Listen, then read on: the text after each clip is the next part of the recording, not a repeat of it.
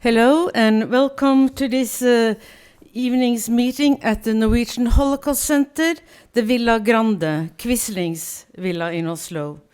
This meeting is about the Polish resistance man Witold Pilecki, who went undercover in Auschwitz and was among the first who reported about the crimes done by the Nazi regime. For most Norwegians, this is an unknown story, so we have great expectations to this meeting tonight. It's a joint meeting between the Holocaust Center, the Friends Society of the Holocaust Center, and of course the publishing house Press. And congratulations with your new brand book in Norwegian, Den frivillige. And welcome to you, Mr. Jack Fairweather, British journalist and author who dived into the archives, the international archives, to find more knowledge about this extraordinary agent, his work and his civil courage. And also welcome to the Excellencies, Mrs. Ivona Wojtka-Suleslava, she gives thumbs up, and Israel's ambassador, Mr. Alan Roth. Welcome both of you. And a special welcome to Professor Bernt Hagtvet. He's one of the best friends of the Friends Society. He's always ready there for us. He and Jack Fairweather will discuss the importance of Witold Pilecki's work. And welcome to all of you others, and especially those of you Poles who are visiting the Hall Center for the first time. I am Liv Tessem. I'm the leader of the Friends Society of the Hall Center. This meeting will be streamed and it will be conducted by Øivind Kopperud, one of the researchers at the Hall Center. But first, I give the word to Mrs. Ivona Wojtka-Suleslava. Thank you very much. Good evening, and it's so good that this event can take place. Finally, after all the waves of the pandemic, it's good to be together. And it's very important, it's very close to a very symbolic date for Poles, because on the 24th of this month, we celebrated those Poles that helped Jews during the Holocaust trying to escape not only Poland, but actually many different countries. So one of those heroes is definitely Pilecki. It's a really very, very interesting man he was. And his deeds are really a legend and so courageous in all of that. But we discover even now, and that also shows the importance of the digging of history made by historians, but also, as we can see, journalists like Jack Fairweather, into the archives, into the past. We always say to not make the same mistakes. Unfortunately, we can see even now that some mistakes are being remade. And I have to mention, being, a diplomat from Poland, an ambassador of a country that is now a neighbor of a country in war that's being attacked, and which president is a Jew. So for us, it's also a very, very symbolic time we are facing these events. I hope that we will learn a lot about courage, about heroes, but also that we will be able to understand better why it's so important to, take into account those that are telling the truth. And even if this truth is horrible, it's harsh, but to react, because the reaction was the thing that was missing at the time. Nobody believed almost the extent of the extermination, of the Holocaust, of the things being made in the German Nazi extermination camps. So we have to be smarter now. And I'm really looking forward to what Jack Fairweather will be telling us and to the discussion afterwards. Thank you very much.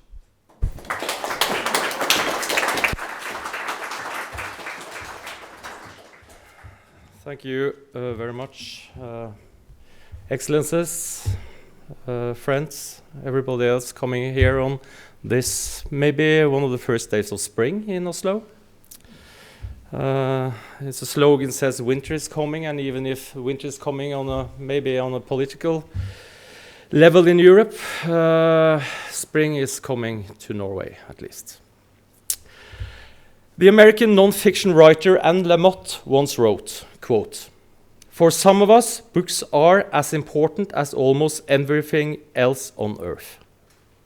What a miracle it is that out of these small, flat, rigid squares of paper unfolds world after world after world. Worlds that sing to you, comfort you, quiet or excites you. Books help us understand who we are and how we are to behave. They show us what community and friendship mean. They show us how to live and how to die." End of quote. Jack Fairweather's book about the Polish underground operative Witold Pilecki does exactly that. It takes us through a journey of belief and disbelief. A journey through tragedy, but also hope, life and death. From a historian's perspective, it also tells a story about what kind of new knowledge we can get from the archives and how archives can also be used as political tools to prevent stories from being told. The book, Den frivillige in norsk, The Volunteer in English, is both an empirical study of the past, the Holocaust and the Second World War, but it's also a warning about the use and abuse of historical facts, and about withholding knowledge. In present-day Europe, academics are still concerned about gaining access to archives. There is a possibility that governments will deny access to archives to prevent academics from telling stories that they don't want to be told. When I read this book, and I read this book, it was still the courage on a personal level that struck me the hardest, as it often does when I read about the Second World War and especially the Holocaust. In our own exhibition here at the center, it's also the stories about individual courage that strike me the most. Many historians and academics have a tendency to explain historical events with structures. The individual choice is somehow shadowed by these structures. This may quite often be the correct way to address different questions, but sometimes historical events come down to personal involvement and personal courage. The story about Witold Pilecki is about everything else, a story about personal courage. It's a story about how an individual put his own life at risk for fellow human beings and for the cause of the greater good. This is probably why the book opens with a quote from the German Augustine monk Thomas A. Kempis, who wrote, quote, "Whoever loves much, does much. Whoever does a thing well, does much. And he does well who serves the common community before his own interests." End of quote. Jack Fairweather has, in addition to be the best-selling author of The Volunteer, served as a Daily Telegraph's Baghdad bureau chief and as a video journalist for the Washington Post in Afghanistan. His war coverage has won a British Press Award and an Overseas Press Club Award. He's also the author of A War of Choice and The Good War. Thank you, Jack Fairweather, on behalf of all academics and everyone else, for searching through archives and uncovering stories that need to be told. The floor is yours.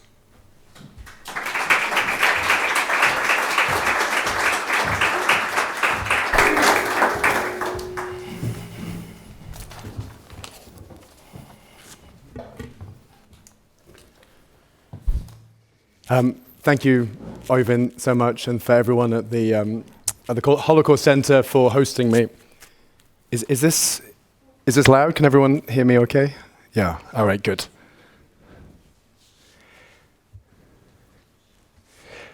When I began my book in 2015, the events of World War II seemed impossibly far away.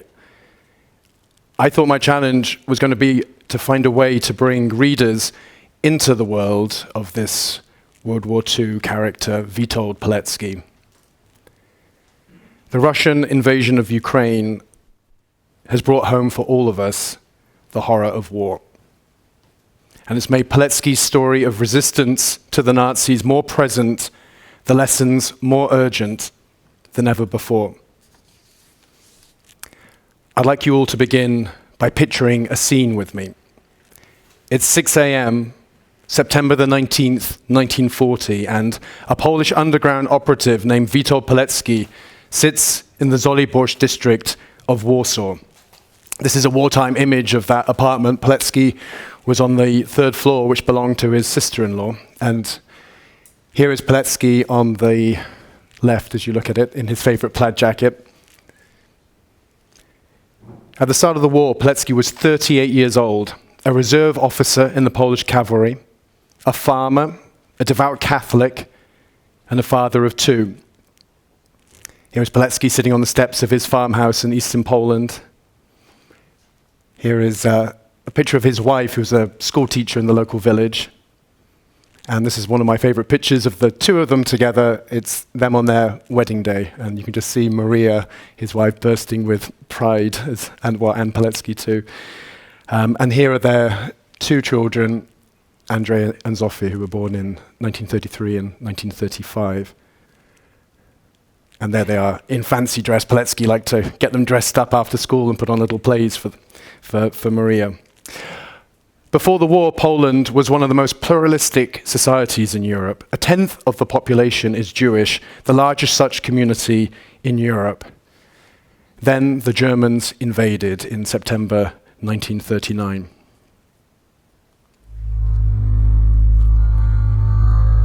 Here we see German troops parading through Warsaw under the eye of Adolf Hitler in October.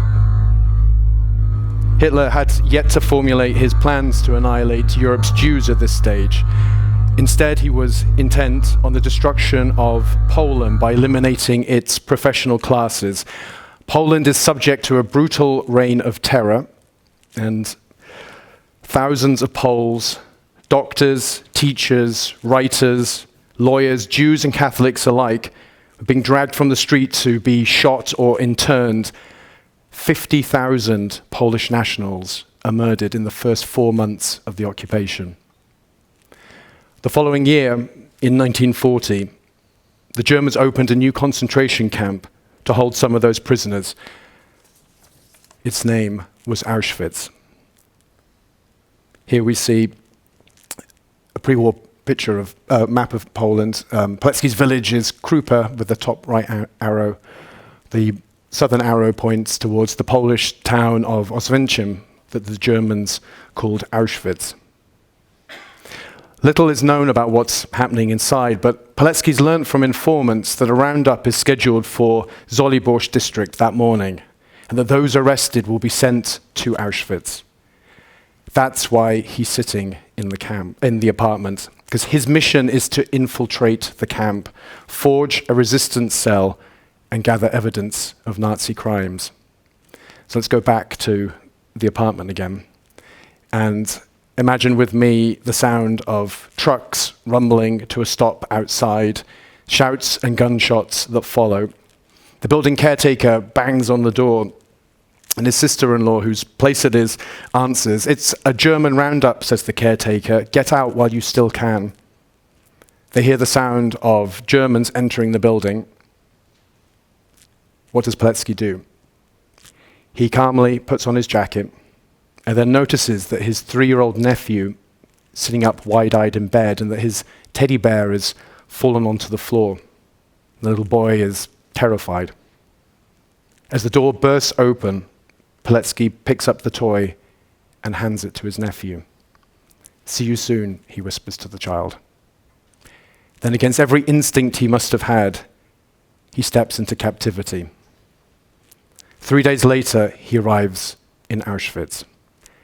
And this will be an image familiar to many of you. It's from 1945, shortly after the camp's liberation. Those infamous words, "Arbeit macht frei," work sets you free, above the gate. And here is Pilecki now as a prisoner. Over the next 2.5 years, Pilecki forged an underground cell in Auschwitz that sabotaged facilities, assassinated SS officers, and plotted an armed uprising. He arrived in Auschwitz at its very beginning, when it was a concentration camp for Polish nationals. Thus, He witnessed the steps by which the Nazis conceived of and built their death factory for Europe's Jews. He was the first to alert the world to the camp's horrors through his smuggled reports. And he was the first to try and stop them. 3 years before Allied commanders publicly acknowledged the camp's existence, Pilecki was urging them to bomb it. And yet, for all of his exploits in Auschwitz, his story is almost unknown outside Poland. Indeed, I only came across it by chance. In 2011, I met up with a reporter friend of mine, Matt. We covered the wars together in Iraq and Afghanistan, and we're trying to make sense of our experiences. I got caught in a suicide car bombing, and this is actually a picture a few moments after the attack. I was in that tank there. Fortunately, the blast doors of the vehicle had closed just enough, so the force of the explosion traveled away from me and the men inside. But there then followed an hour-long firefight. That's me in my press jacket. Matt had traveled to Auschwitz and learnt about a resistance cell in the camp. The idea that anyone could resist the Nazis in a place like that was a shock to me, because I think, like a lot of you, I thought of the camp as the ultimate symbol of suffering and victimhood. And yet Pilecki seemed to offer a startling new way to see the camp, not through the eyes of a victim, but through the eyes of a protagonist. I also felt personally challenged by the story, because when I began my research, I was the same age that Pilecki had been at the start of World War II. I also had a wife and 2 little kids and a home. What would make Pilecki risk everything on such a mission? And what was it about the act of volunteering that spoke so powerfully to me? I knew I had to find out more, but then I discovered the other startling fact about Pilecki's story. So little was written about him outside of Poland at this point. I could only find a little bit online, that Pilecki had gone on to fight against the communist takeover of Poland at the end of World War II. He'd been captured and executed by the communist regime, and all trace of his wartime record was either destroyed or locked away in the military archives. Even mentioning his name in Poland could lead to arrest. It wasn't until 2012 that one of Pilecki's reports, written at the end of the war, was finally translated into English. And that report, for many, many years, had sat in this fairly nondescript suburban house in Ealing, West London, which was home to many of the documents that the Polish underground managed to save from the communists and Soviet forces that took over Poland in 1945. And this is Pilecki's report written at the very end of the war. And I particularly like it because you can see his looping blue handwriting around the edge of the page. These are his edits written in haste between the end of the war and his decision to go back and fight against the communists.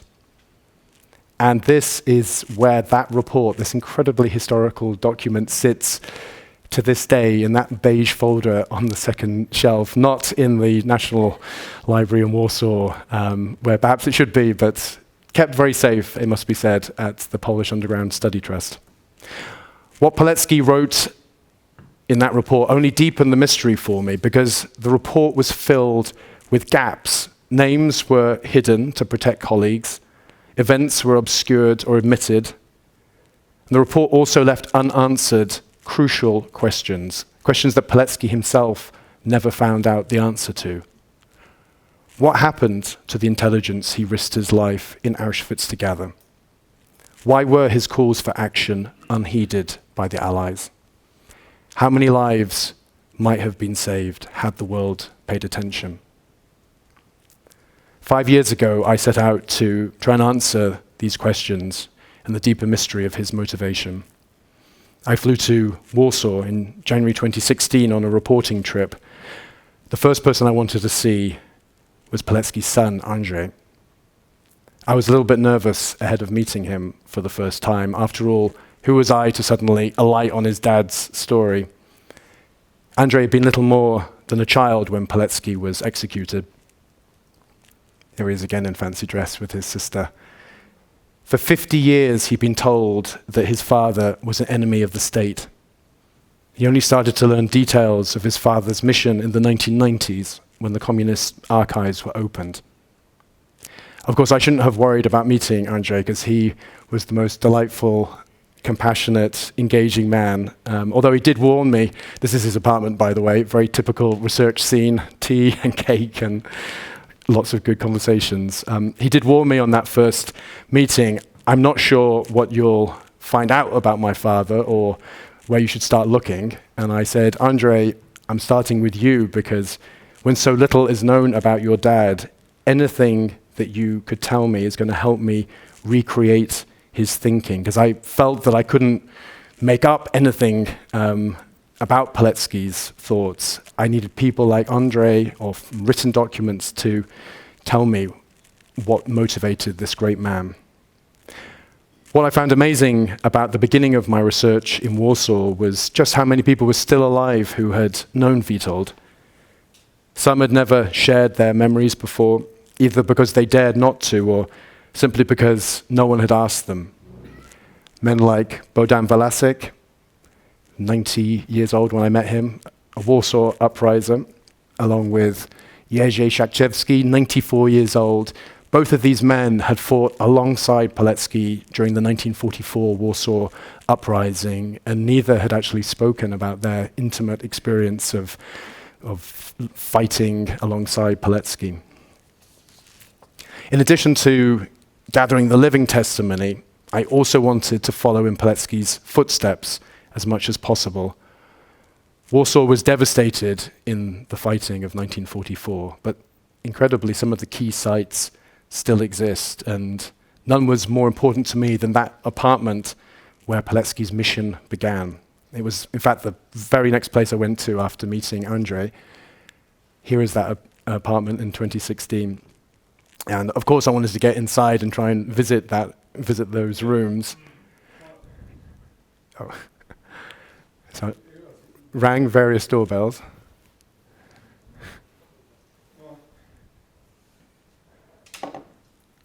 And Pilecki's apartment was on the 3rd floor, number 7, and we knocked on the door and no one answered. And so we were a little bit disappointed having come all that way. But my researcher, Marta, said, well, as we're here, why don't we just record what it must have sounded like when the Germans came barging through the door and stamped up the steps. So she did just that with my tape recorder out, and then she banged on the door, Gestapo style. And actually, that's what it took to wake up the rather sleepy students inside who had, of course, no idea who Witold Pilecki was. And indeed, this very nice lad who let us in also didn't know that his bedroom was the historic place where Pilecki began his mission to Auschwitz. Clearly, he also didn't know how to tidy it up. To describe such scenes, I felt like I needed to see them with my own eyes, but even better was when I could combine locations with witnesses of him in action. So you will remember the 3-year-old nephew to whom Pilecki handed his teddy bear. Here is a picture of the boy in 1939 sitting on Pilecki's lap. And here he is 80 years later when I got to meet him on the banks of the Wisła. And I took Marek, is his name, back to the apartment, and it was the first time he'd been back in over 70 years because his family had been kicked out of the flat by the communists after the war. So here is Marek confirming that that door we banged on was, in fact, the original door. And here he is with Marta explaining the layout of the apartment. Bringing Marek back to the apartment made him remember the moment with the teddy bear that, for me, spoke so eloquently of Pilecki's ability when under extraordinary stress to look beyond himself. Then Marek recalled the moment that Pilecki was arrested.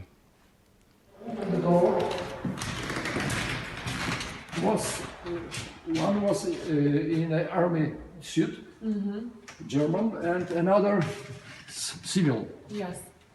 And they ask mother if there are any men. There is any man here.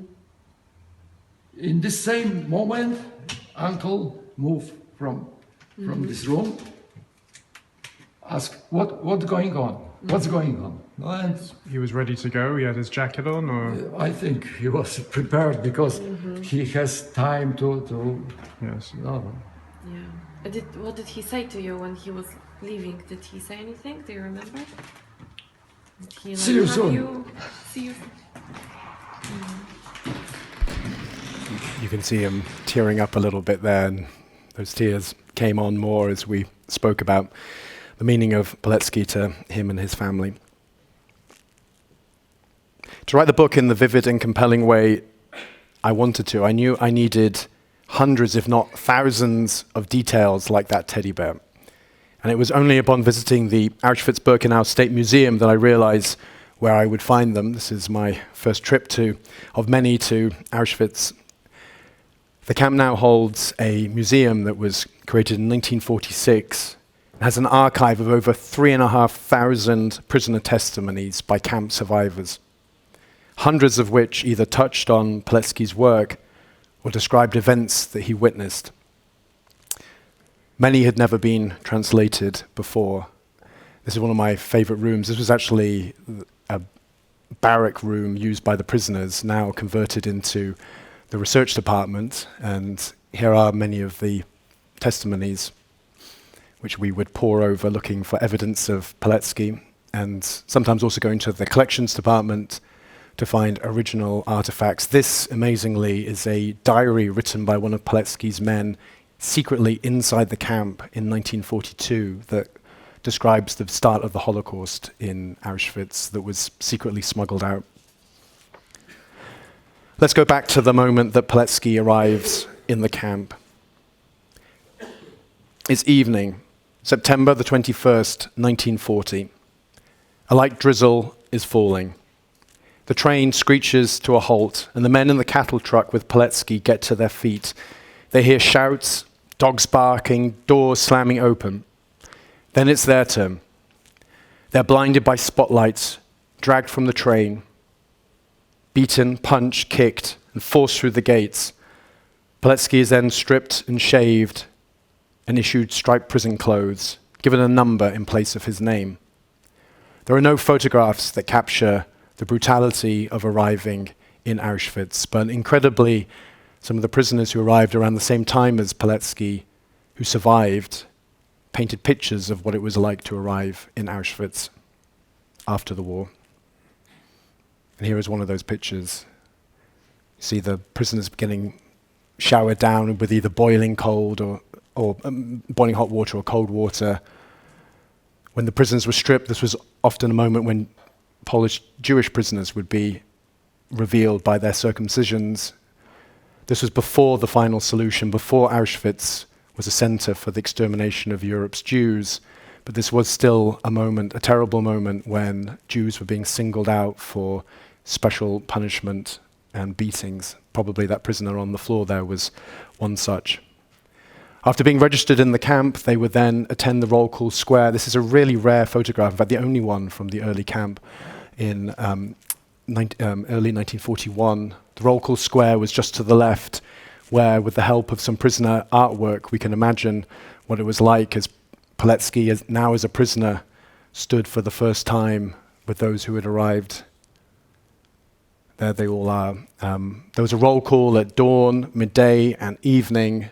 A very brutal ritual, especially in the evening time when those prisoners that had starved to death or been beaten to death and died were gathered to be counted for the final time before they were led to the camp's crematorium. A few weeks before Pilecki's arrival in Auschwitz, the SS had built the very first ovens in Auschwitz to help them cremate the dead, and already they were saying in internal documents that they needed more ovens to cope with all those who were dying. This is Auschwitz's very first oven from September 1940. Pilecki's report from 1945 describes his first few days in the camp vividly, but I wanted more details because the more details I could find to recreate scenes, the closer I could come to understanding Pilecki's responses, and that's what I wanted after all. a way to delve into his thinking and start answering that question: how was resistance possible in a place like Auschwitz? Pilecki doesn't describe the moment when he started recruiting in the camp, but I found a testimony by one of his first recruits, Konstanty Piekarski, or Kon for short, a young 20-year-old Polish man, and he, after the war, wrote down this incredible moment of being recruited by Pilecki. It was an evening about a week or so into their time in the camp, when prisoners were allowed to gather outside the barracks to socialize before the camp curfew. They would often gather here, an area called Birkenalley, for the birch trees you can see. By this stage, a week into their time in the camp, all the prisoners are starving. They're on less than 1,000 calories a day, forced to do brutal, hard labor around the camp. They're covered in welts and beatings. Here's a bit more prisoner artwork to show you some of the fear and tension that the prisoners felt. You can see them looking nervously over their shoulders, trading food. Pilecki takes Kon to one side and reveals to him the secret of the underground, which at that stage is pretty much just Pilecki. And Kon's response always makes me smile a little bit, because he's very honest to Pilecki. He says, "Pilecki, are you nuts? Look at us. We are in no fit state to fight back against the Nazis." But then Kon realized something, that Pilecki, by revealing his mission to him, had actually entrusted him with his life.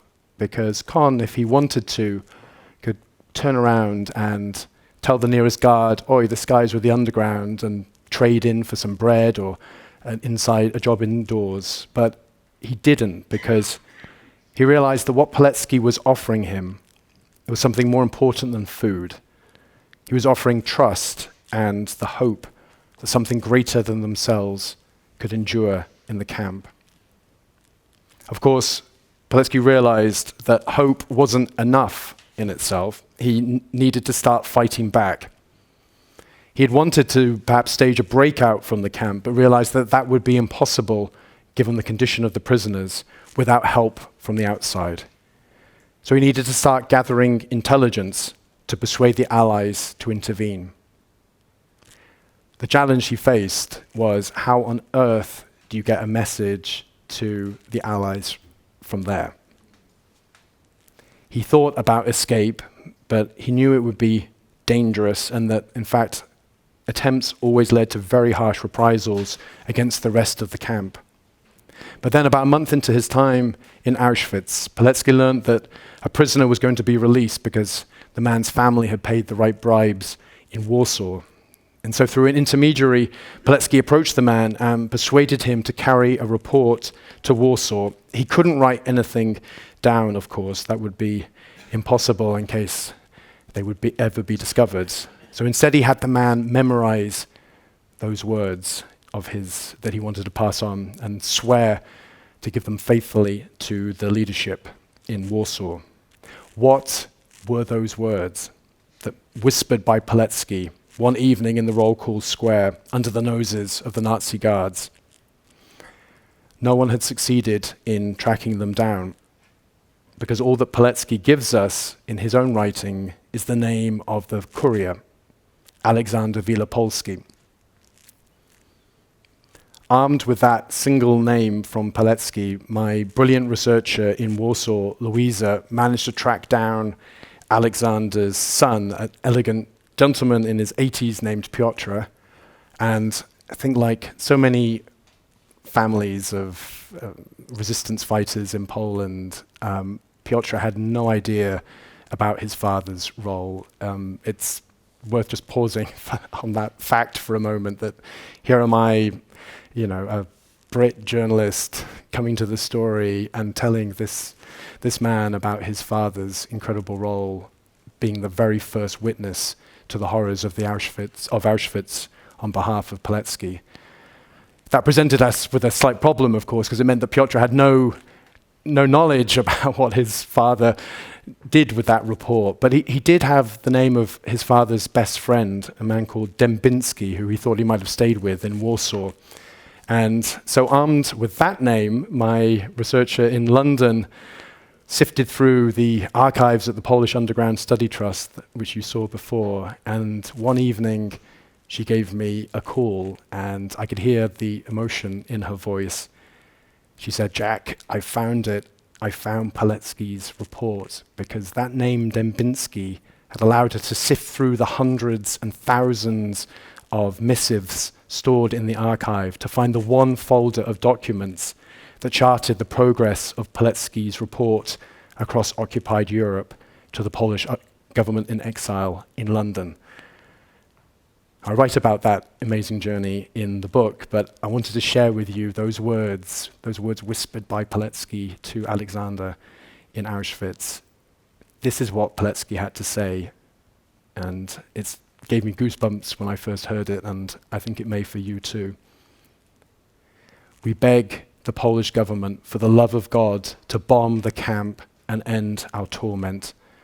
Should we die in the attack, it would be a relief given the conditions. This is the urgent and well-considered request sent on behalf of comrades by the witness of their torment."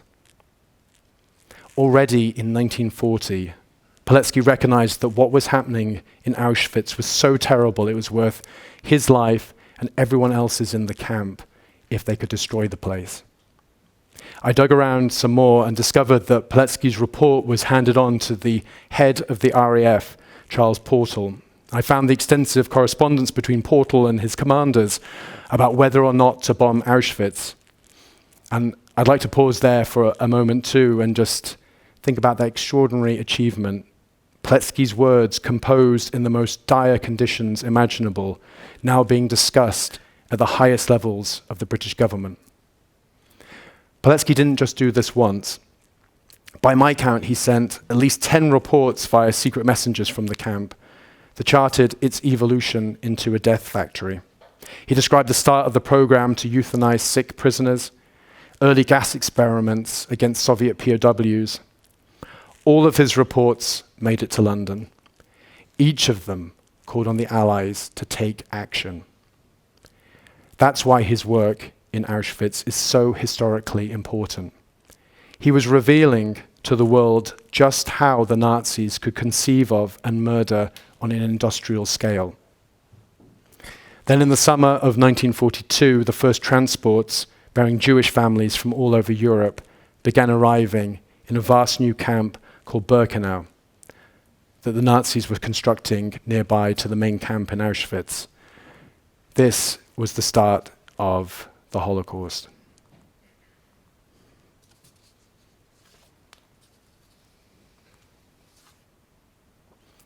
Many of these images will be familiar to you. It's an arrival of a Hungarian transport to the camp in the summer of 1944. Men and women were separated.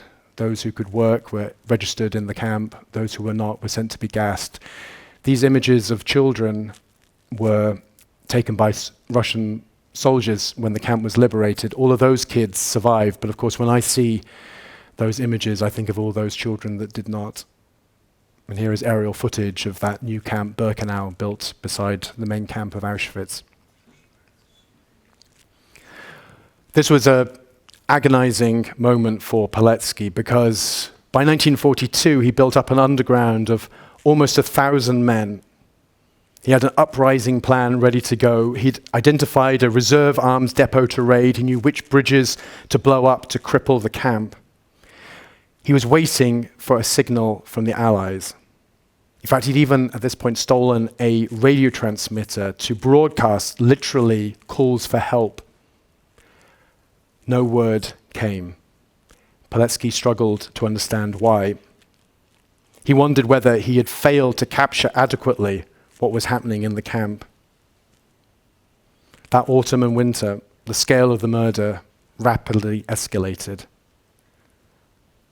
By the end of 1942, 200,000 Jews had died in Auschwitz. And Pilecki was actually racked, as he describes it himself, by a sense of guilt. And I'd like to share with you now another incredible image. This was a portrait of Pilecki made around this time inside the camp by a fellow prisoner that remarkably, incredibly survived. And I think it captures a little bit about how Pilecki felt at this time. Desperate to take action, horrified that he was living when so many were dying, unsure what to do. He wasn't going to give up.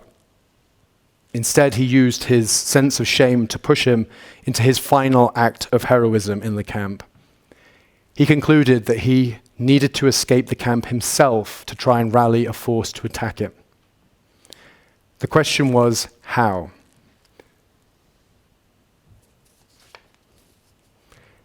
Pilecki hit upon an idea, his first idea, about using the camp's sewers.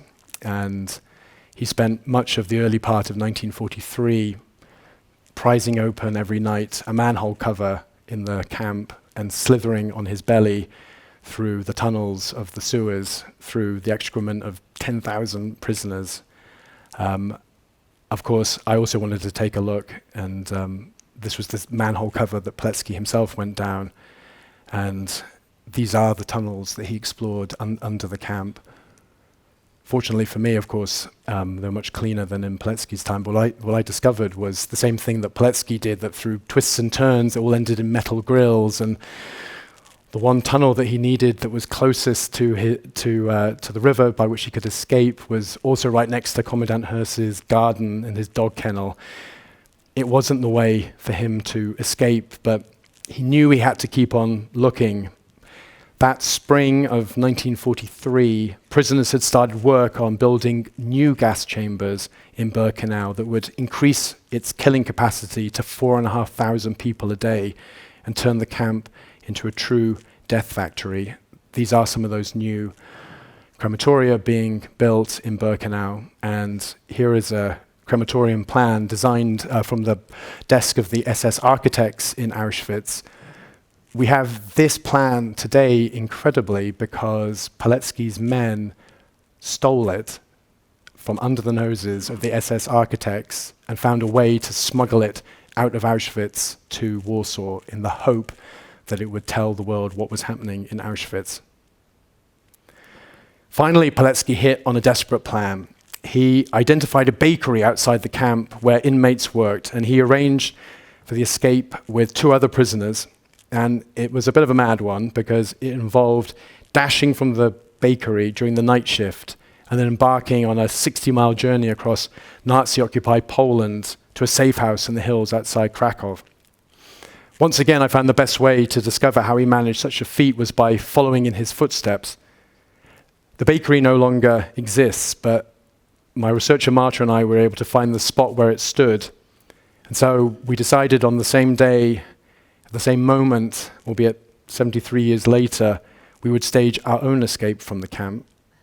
And this is where that bakery stood, now just opposite a McDonald's on the outskirts of Oswiecim. And this is the route that Pilecki took. He ran about 10 kilometers, tired and hungry, until he got to the banks of the Wisła, which he then took a boat and waded across until he reached those fields on the far side, just as dawn was coming and the sirens of the camp were sounding for his escape. He rested in some woods and then had to take this long journey, dangerous journey, with the camp SS beginning to look for him as he hid with villagers for the 60-mile journey all the way to Nowy Wiżnic, where he found a safe house to rest up. And here is a wartime image of that house where he found shelter for several weeks. And I also got to see that house. Here is Pilecki just after his escape. This is the host, Thomas Serenfinski, and his daughter. And here's the house when I got to visit him. See, it looks remarkably the same. And that little girl you just saw, here she is, many years later, making me a cup of tea, and so sweetly made a big spread for us. And that table where we were sitting was where Pilecki wrote his first report about Auschwitz as a free man. You just saw a little clip of that text. I think as a biographer, you're always in pursuit of the person you're writing about, trying to catch a glimpse of him, trying to understand who he is and what he's doing. And sitting at that table, I felt like, at least briefly, I had caught up with Pilecki. But for all of his feats in the camp, his escape, his desperate struggle against the Germans in the Warsaw Uprising, his stand against Poland's communists after the war, I find myself coming back to that Warsaw apartment and Pilecki's first act of courage. And here's why. Because in that act of volunteering, Pilecki set himself on a trajectory that was different to every other person sent to the camp. Pilecki was there by choice. He chose to go to Auschwitz. He chose to form an underground cell. He chose to smuggle reports out of the camp. Why is that act of choosing important? Because he reminds us that empathizing with the suffering of others beyond our immediate family and friends is also a choice. As the fate of his reports show, it's not the instinctive response of many people to seek to come to the rescue of others, especially if they themselves are in danger or facing hardship. But just because it's not our instinctive reaction, that doesn't absolve us from taking action. The Nazis were counting on the world turning away from their crimes. Simon Wiesenthal recounts being told by an SS guard upon his arrival in one camp, "However this war may end, we have won the war against you. None of you will be left to bear witness. But even if someone were to survive, the world would not believe him." Pilecki asks us, no matter how gruesome the subject, no matter how difficult our own circumstances, that we never stop trying to understand the plight of others. This is the last picture of Pilecki as a free man in 1946, taken a few months before he was captured and arrested by communist secret police in Warsaw. He was executed 2 years later following a show trial. He died believing that he had failed to deliver his message.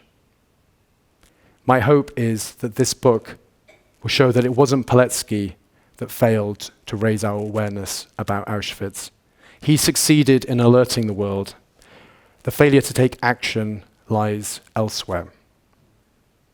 So the past 5 years, I felt compelled to follow in Pilecki's footsteps. As a reporter, I've always felt drawn to extremes, and I have found none greater than Pilecki's story of survival in Auschwitz.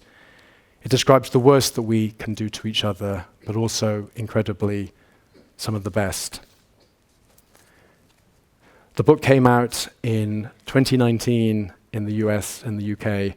Since then, it's been translated into 25 languages and forms the basis of a major exhibition that's opened in Berlin. I've also found the name of a Jewish family that Pilecki saved following his escape from the camp in Warsaw. I'm in the process of trying to apply with Yad Vashem for him to be recognized as one of the righteous among the nations, the special honor for those who are recognized for rescuing Jewish families during the war. I've come to believe that Pilecki is one of the greatest heroes of the Second World War.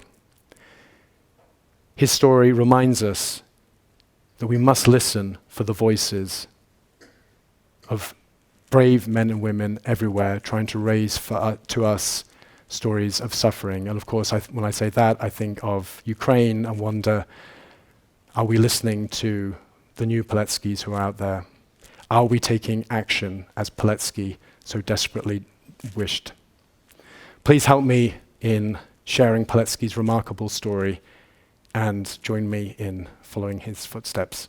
Thank you very much.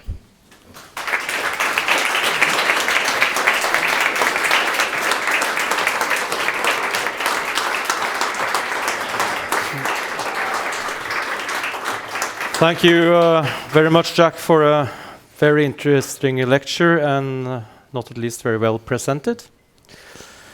It was, hope many academics here actually watch this, how a journalist can actually present extremely difficult and interesting stuff. So everybody of us can understand.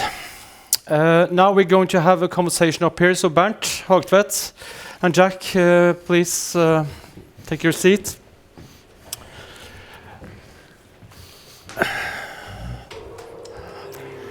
Thank you, Ben. Thank you for your patience. Jack, nei, Bernt. Hvis du sitter der, så kan jeg sitte der.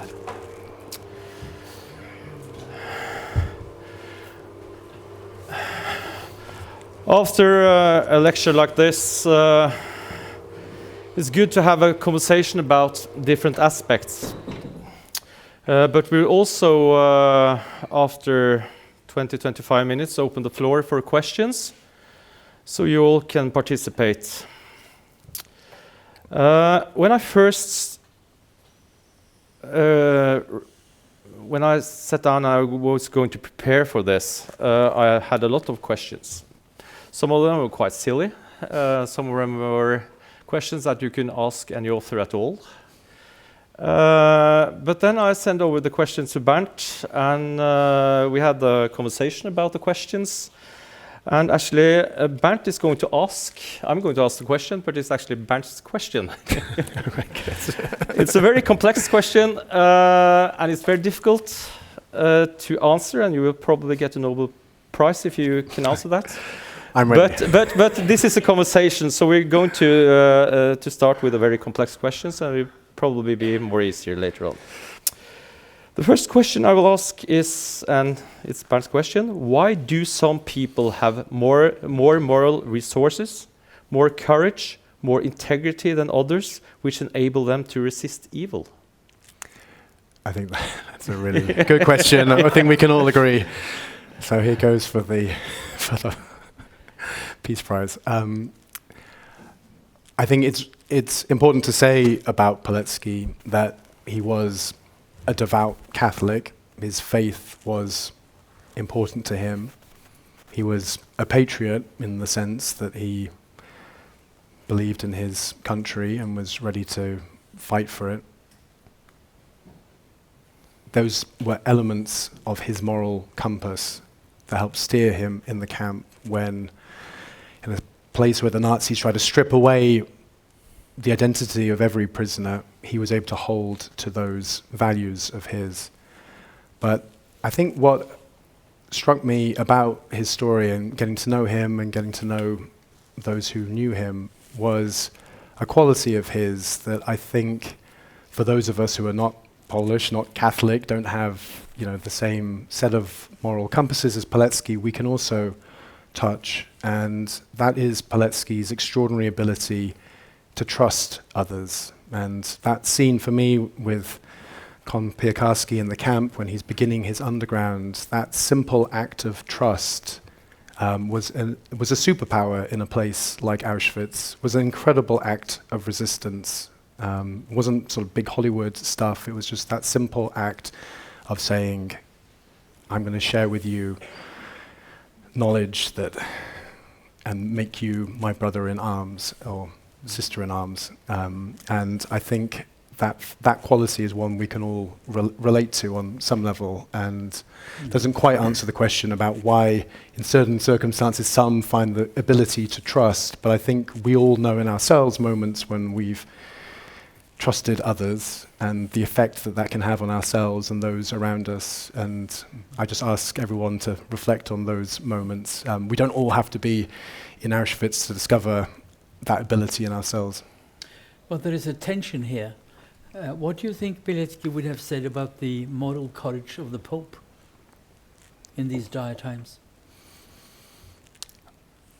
In as much as he was seeking for the world to take notice to what was happening in Auschwitz, and in as much as, to our knowledge, as best we know, given that the Vatican's archives are still, in many cases, locked away, the Pope was not taking the action that was required. In fact, as the first reports of the Holocaust started reaching the West, the Americans went to the Pope to ask him, is it true what's happening? And in fact, the Vatican had incredible network across Europe. In Lviv, for example. In Lviv, in Warsaw, across Catholic southern Germany, and it seems extremely likely that he knew what was going on.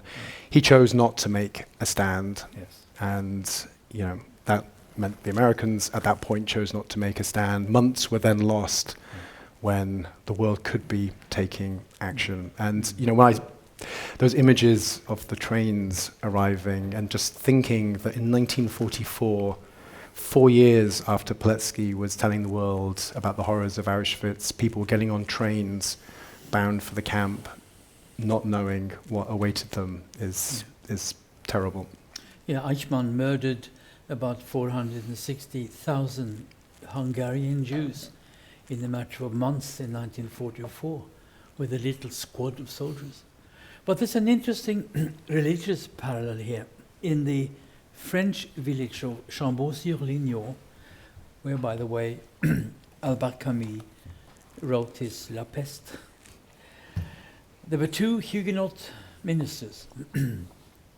This may be important.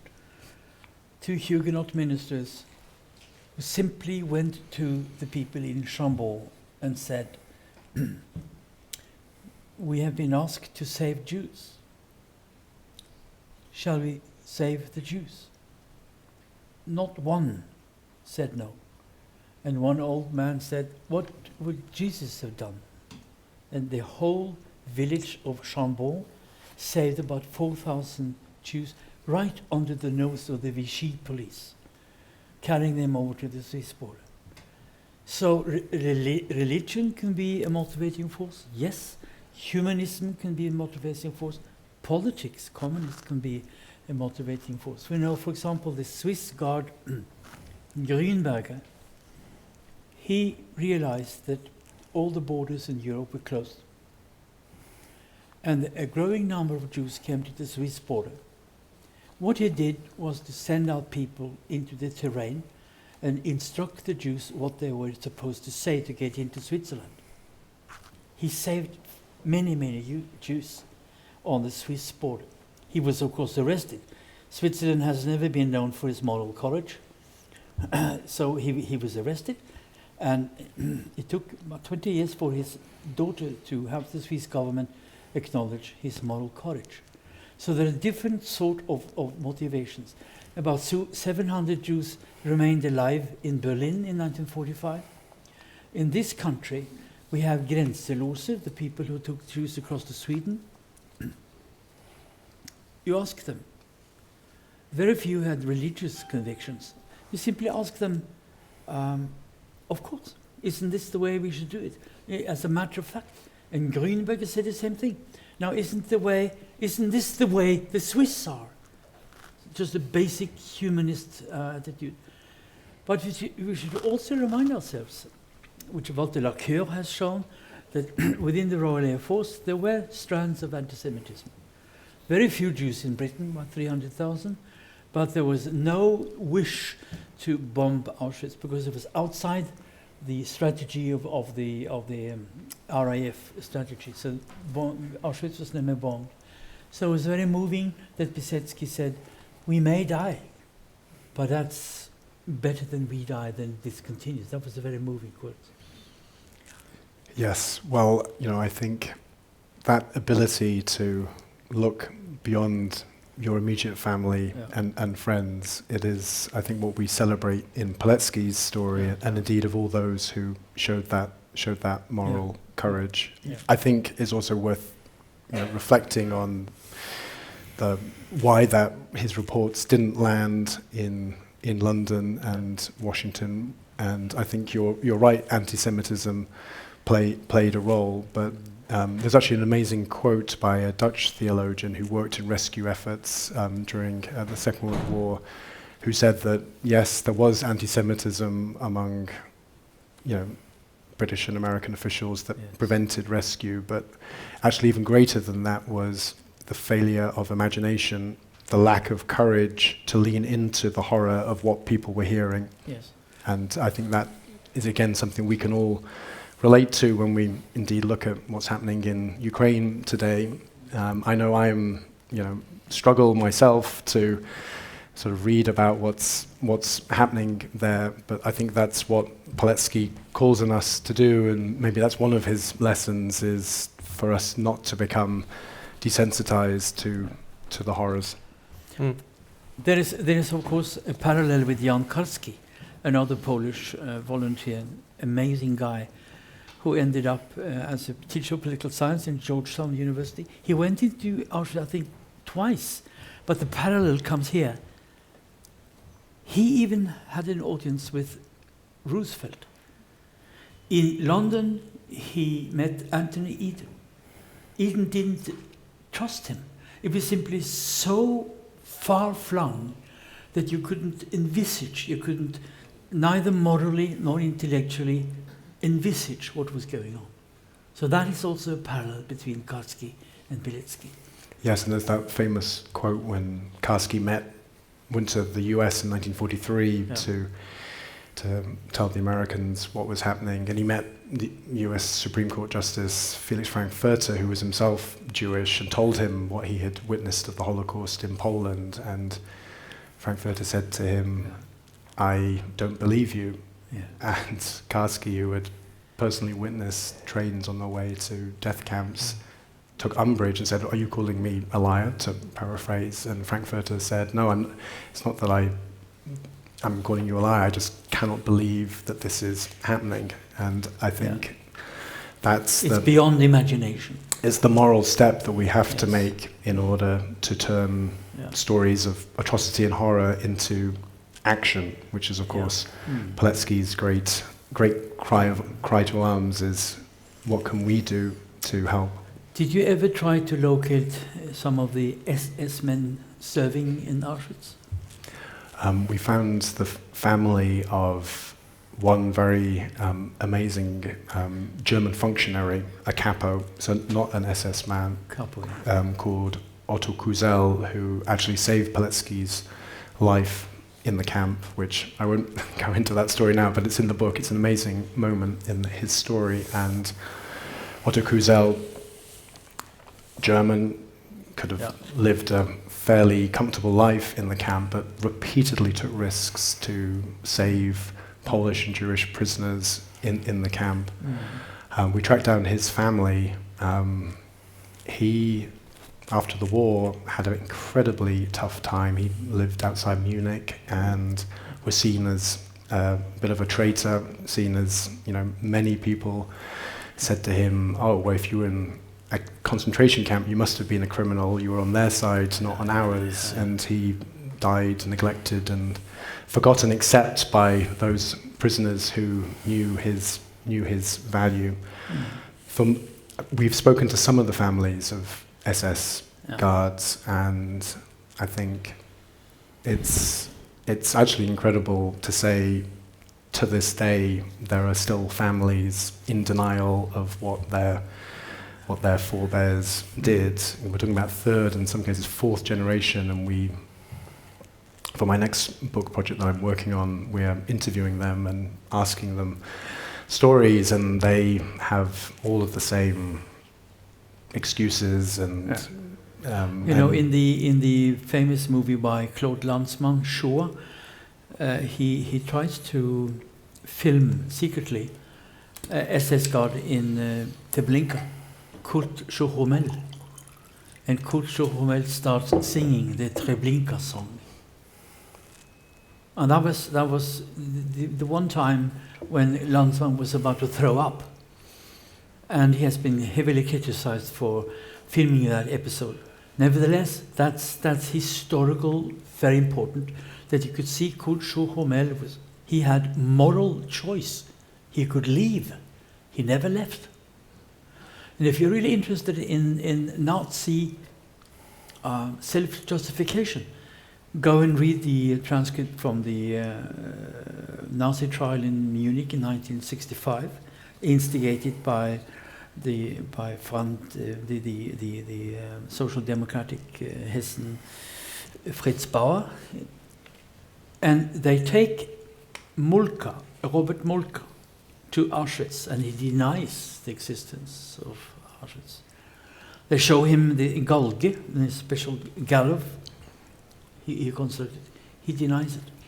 And of course, at that time in 1965, they received very light sentences. Germany, yes, they have had some sort of retribution, but it was forced through them after the Eichmann trial. Yeah, actually, we were trying to get in touch with the Molka family, but they didn't want to be interviewed or speak about it, which I think says something. Yeah, exactly.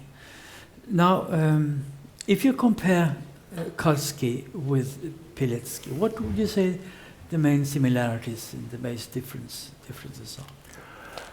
I think, both men actually came from similar sort of social classes, Catholics, military backgrounds, from sort of upper middle class backgrounds. Polish patriots. Same age. Yeah. And, of course, there are so many parallels because they were called to do heroic things through the invasion of their country. Yes. They saw the horrors of what the Nazis were doing to Polish Jews. Yeah. Probably pre-war, both men had some sort of anti-Semitic views towards them, very common in pre-war Poland. Yeah. Not the anti-Semitism of the Nazis. The biological one, not the biological, the social and Catholic, right? Polish anti-Semitism. Intercommunal different kinds of anti-Semitism. Tensions that meant that, in fact, Pilecki could live much of his life as a farmer without many interactions with his with his Jewish neighbors, and yet, in that fulcrum of Auschwitz, he was able to look beyond helping his immediate circle of fellow Polish officers interned in the camp to reach out to and risk his life for it's so interesting, Jack, because you could say those two men had more or less the same social cultural background. I mean, from a sociological point of view, they were very similar, but structural determinants simply do not explain the moral courage. There still is a sense, an area of freedom, of explicit choice, which these two men exemplify. And that's very, very important to note. Hannah Arendt talked about the banality of evil. That's the most misunderstood phrase in the history of the Holocaust. But you could talk about everyday goodness. These are people who simply say, either what would Jesus have done, or isn't it the Swiss way, or these Jews are innocent, as the Bulgarians did. The Jews were saved in Bulgaria. The Bulgarian peasants say these people are Bulgarians, they haven't done anything wrong. And at that time, the Bulgarian Orthodox Church supported the Jews and the Bulgarian Prime Minister. But then we can have all these sociological studies and try to find out why certain segments of the population would be anti-Semitic or not anti-Semitic. Nevertheless, it remains a rest factor, the moral choice of each individual. There is a crucial difference, of course, in that whilst I think many of us have heard of Karski, those who followed World War II, Pilecki's story, to take up your opening point, Øivind, was deleted from history, and his had that double injustice that I think really inspired me to be both unheard during World War II, but then for his story, his example, to be hidden from all of us, including his own family, including Poland, until the 90s. I'm pleased to say now that Pilecki in Poland is viewed as a great national hero, as is Jan Karski. It's such a pleasure to sit with Pilecki's children in their 80s and their phones going off the hook all the time because some school is renaming itself the Witold Pilecki School, or there's a new road or square that they're being asked to open up. And I think they are basking in the fact that the memory of their father that they still hold, that they so kindly entrusted to me, is now being recognized both in Poland, and I hope slowly, if you all read the book and engage with his story, you'll see what an amazing man he is. But Jack, would you say, has the present Polish state had a serious moral reckoning with its anti-Semitic past? I mean, the present Polish government has made it unlawful to make references to people who make the mistake of saying Polish concentration camps. That's trivial. Of course, these are not Polish concentration camps. They're Nazi concentration camps on Polish soil. But it also made it very difficult for researchers to ask the awful questions of Polish complicity. During your work, have you encountered this problem? Well, I think what it's really important to recognize is what the impact of communism was on Poland. To have families like Piotr Wielopolski, like Witold Pilecki, is not able to talk about their incredible heroes for decades. And sometimes when I'm asked, when I answer this question in the US, I say, just imagine what it would be like if the heroes of D-Day, who we celebrate today as the golden generation, were labeled traitors after the war, and to mention their name would lead to your arrest. It's absolutely unthinkable, and yet that was the experience of Poland. And I think we in the West, myself included before I began this research, know so little about what happened in Central and Eastern Europe. It's, we think May 1945, victory in Europe, job done, and we don't recognize that Poland was never able to come to terms with its past. It's incredible to me now, knowing Pilecki's story, that when we think about the great heroes of World War II, we think of Germans like Oskar Schindler or Klaus von Stauffenberg, and not some of the amazing men and women who risked their lives in Eastern Central Europe. Everyday heroes. Yeah. And I think, just to answer your question, we in the West, in Norway, in France and Italy, have had 50 years to come to terms with politics of collaboration. We've also had 50 years to find our heroes and to burnish their stories, because we all need, on some level, in popular society and popular history, to have those who can inspire us as a society and say, yes, we actually did good things during the war, and then that allows us to look at the bad things. And in Poland today was my experience that this is a process that's finally happening. People like Pilecki are finally being recognized, and to answer your point, Øivind, I had incredible access to all archives, every layer of the government, of society wanted to help me to tell this story, and I actually felt like it was a sort of a case study of how, with transparent access, you can tell these stories. Poland may have done a better job than Hungary.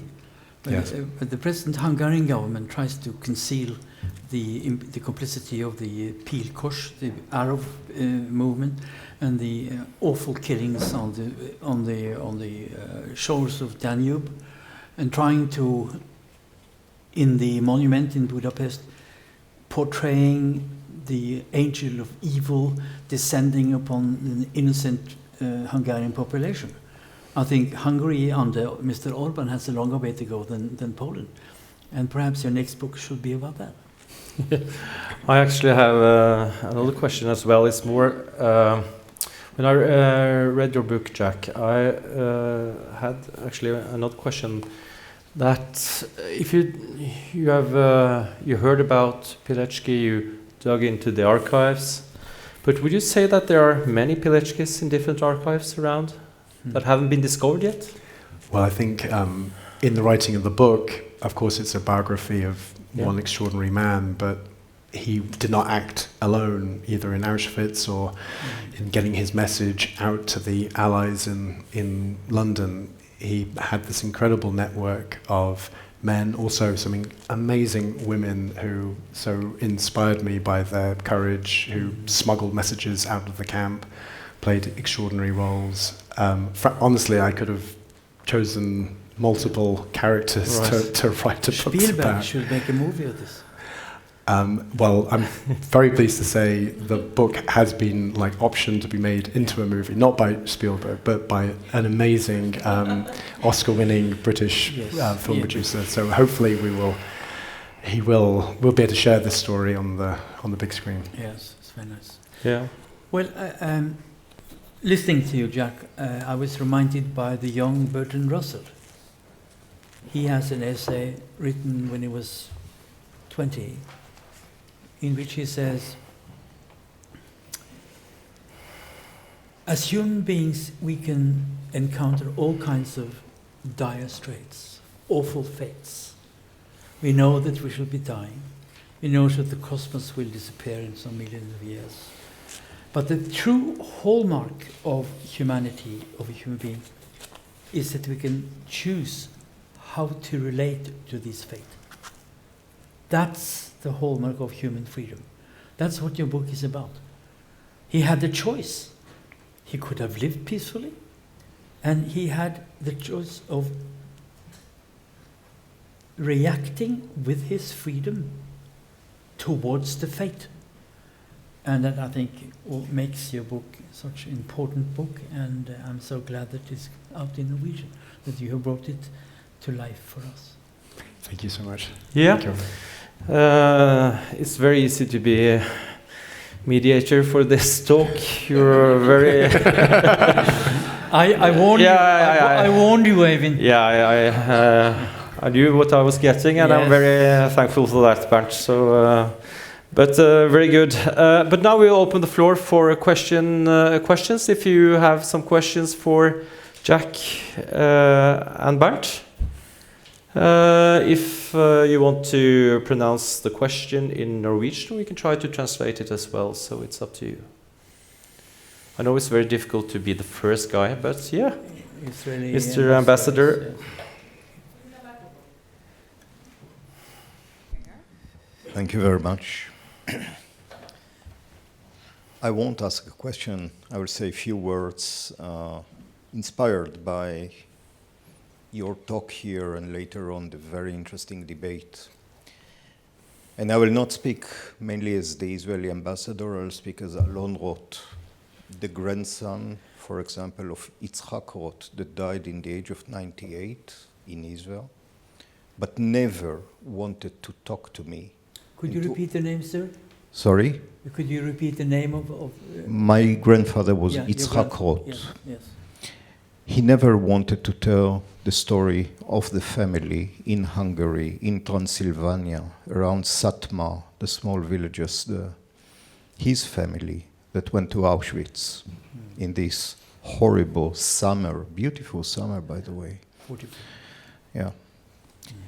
And my other grandfather, who came from a small village near Lvov at the time, without any family anymore. They never wanted to say anything. They never wanted to tell the story. They never wanted to keep this flame we're talking about. And this is why, as a second generation to the Holocaust, myself, born in Israel, lived in Israel, representing Israel for 35 years, I'm very, very proud that there are people like you who take such an issue, who put light on an unknown story of these horrible times. I think it is so important. I was last week in Israel with the Norwegian foreign minister, who went for 2 hours to Yad Vashem, passed all over Yad Vashem. And there were two very interesting remarks made there. One remark, contradicting remarks. One remark was that there is more and more research on the Holocaust. There are more archives that are being opened, mainly in the eastern side. But when you open those archives, you understand more the Western archives, so all the stories we all know. But on the same time, the young generation is not knowledgeable. The young generation is not interested. The young generation is not interested in the photos and in the horrible drawings that you showed here, which are the facts. So what do you do with these contradicting things?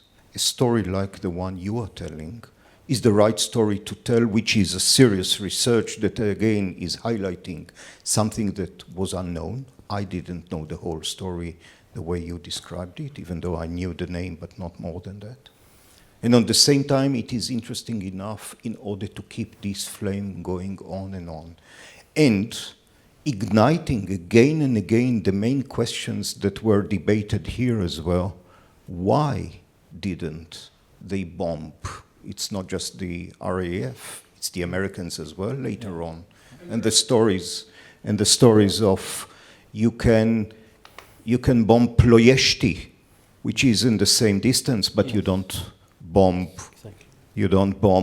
Auschwitz from Italy, for example. Very serious questions that are highlighted in the, let's call it, in the periphery of the main story you are telling of this unbelievable,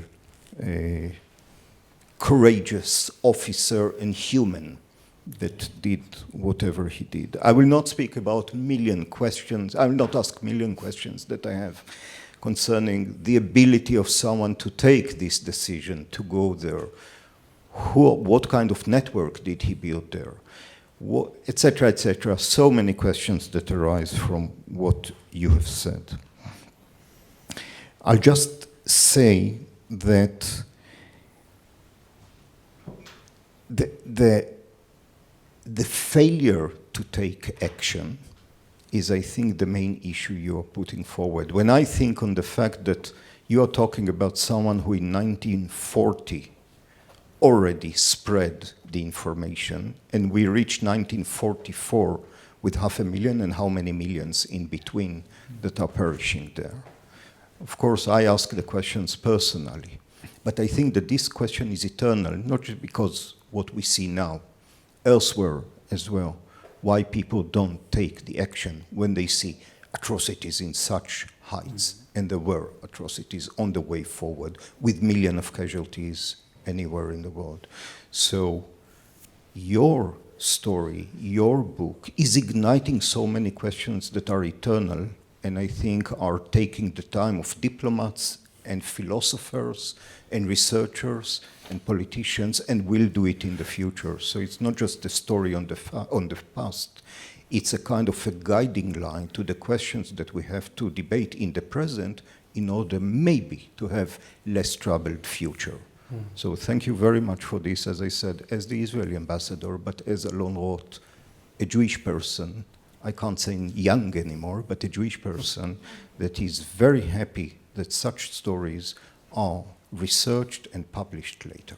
Thank you. Sir, may I allow me to ask you a question as a representative of the State of Israel? I was a member of the Norwegian UNESCO Commission years ago, and I made a point, following in the wake of, for example, Landsmann's movie Shoah, to ask the Norwegian UNESCO Commission to approach the Israeli government to take more care of Jewish synagogues being converted into parking lots in Eastern Europe.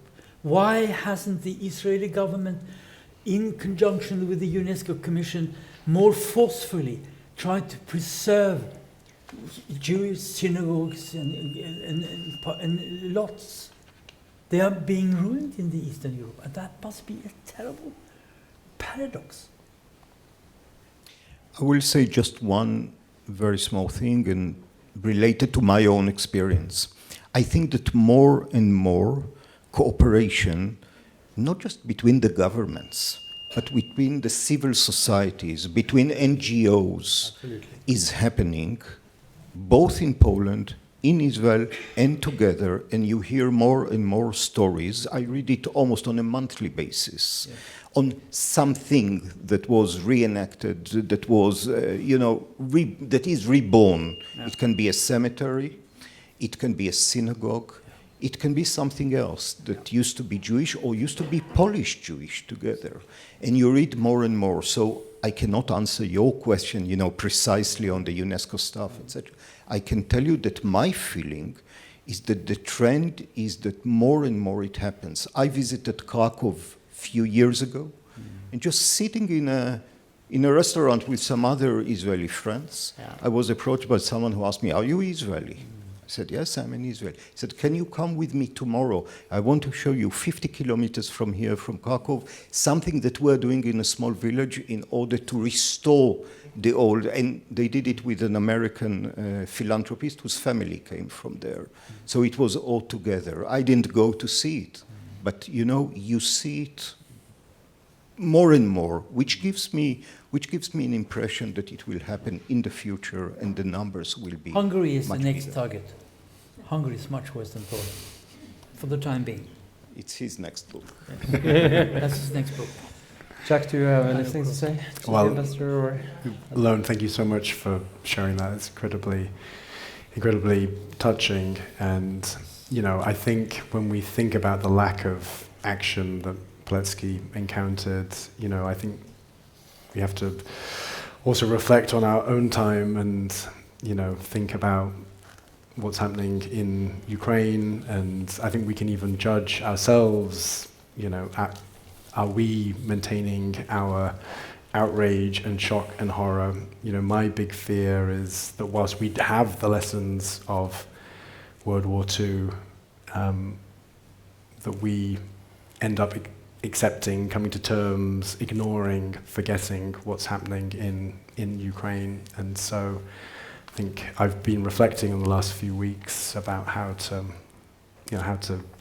stay active, whether it's contacting my old editor friends and telling them, you know, this is a great story, he's got to keep this coverage up, or whether it's writing to my local MP saying this is, you know, we have to take action, because I think that's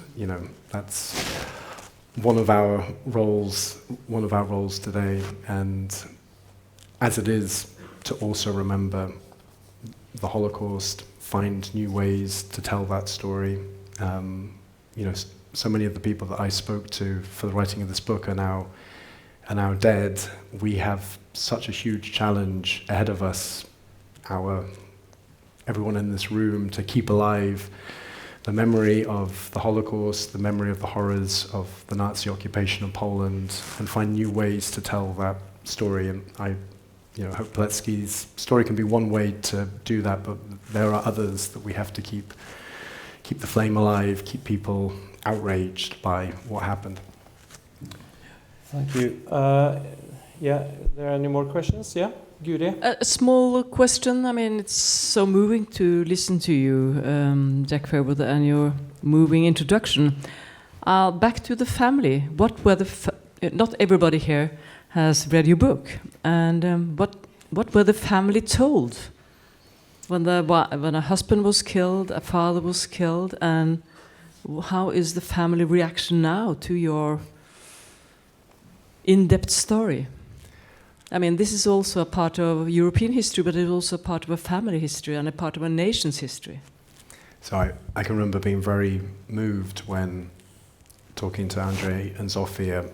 Their mother tried to protect them from the trial that took place after Pilecki's arrest, but they sat in their school in 1948 and heard on the school tannoy system, Witold Pilecki has been executed today, traitor to the people. Everyone looked at them and they couldn't say anything. They could never say anything in the years that followed. Have you tried to look up the communists responsible for this? The communist press covering the trial, yes. And what do they say? Any shade of shame? Oh, you mean now? Yeah. Have you looked at the people who were responsible at that time? Oh. They must be alive. Yes, well, actually, he died not so long ago. But actually, the prosecutor who sought Pilecki's death sentence was still alive. I never got to speak to him, but Jewish, wasn't he? he was. Yes, he was Jewish, and he was confronted by one of the resistance cell that Pilecki belonged to in communist Poland, and said, "How could you do this?" And of course, it's the answer that we know from Nazi Germany post-war, yes. Coming to terms. I was just following orders. That's of course why we have Nuremberg, why we have the International Criminal Court in The Hague, is to remind everyone that it's not about following orders. We all have moral agency. We all. The Nuremberg trial. Yes. Right. So anyway, back to your question. I was always very moved by that story, and my book won a major award in the UK, in which I got to get up and tell everyone in the room and the cameras about that story of Andrei and Zofia learning of their father's death, the years of hardship that followed because the family was ostracized. The only job that Maria could get was cleaning toilets in an orphanage. The family lived in dire poverty, and the story of Witold unknown to them. And I said that to the room, and Andrei, because I think one of the secrets of being very happy in your old age is to be super connected. Somehow he'd learned that I'd won the book award, and he called me up shortly thereafter and said, "Jack, thank you for telling, for getting Pilecki's story out there." And honestly, I was in tears at that, having that connection to the family and being able to be someone to help tell this amazing man's story. It's a very moving story, and I'm so proud that Press, Håkon Harket, and his companions have translated it into Norwegian. We put it to use teaching. I teach a course on genocide, so we put it to use, and I'm very grateful. Thank you very much. And it's a possibility to buy the book downstairs after we're finished here. This has been a very interesting evening for me. Thank you very much, both Bernt and Jack. And I would leave the floor to to the director of the center, my boss, Guri Hjeltnes. My boss too. Yeah, your boss too. I thought I was not going to mention that actually, but Gentlemen. Gentlemen. Thank you. She calls me gentleman. Yes, I know. Thank you, Jack Fairweather, for actually coming here. We have at the Holocaust Center. We expected this to happen last fall because Press, the publisher, approached us last, I think, September or something. But and we were waiting a little bit, and then your book came out, and then Norway closed again. So now we're here, and we're so grateful that you could come. And so thank you so much. And I'd like to invite everybody now for coffee and twisted bun. If you don't know what that is, at kaffe og kringle. Danish pastry. That is what we really do here at the Venneforeningen, at the behest of the Venneforening, the Friends Society. And thank you so much, Jack Fairweather. Thank you so much, Bernt, and thank you so much, Øivind. And now we continue in the cafe. And thank you so much, and a big hand for the gentleman, okay?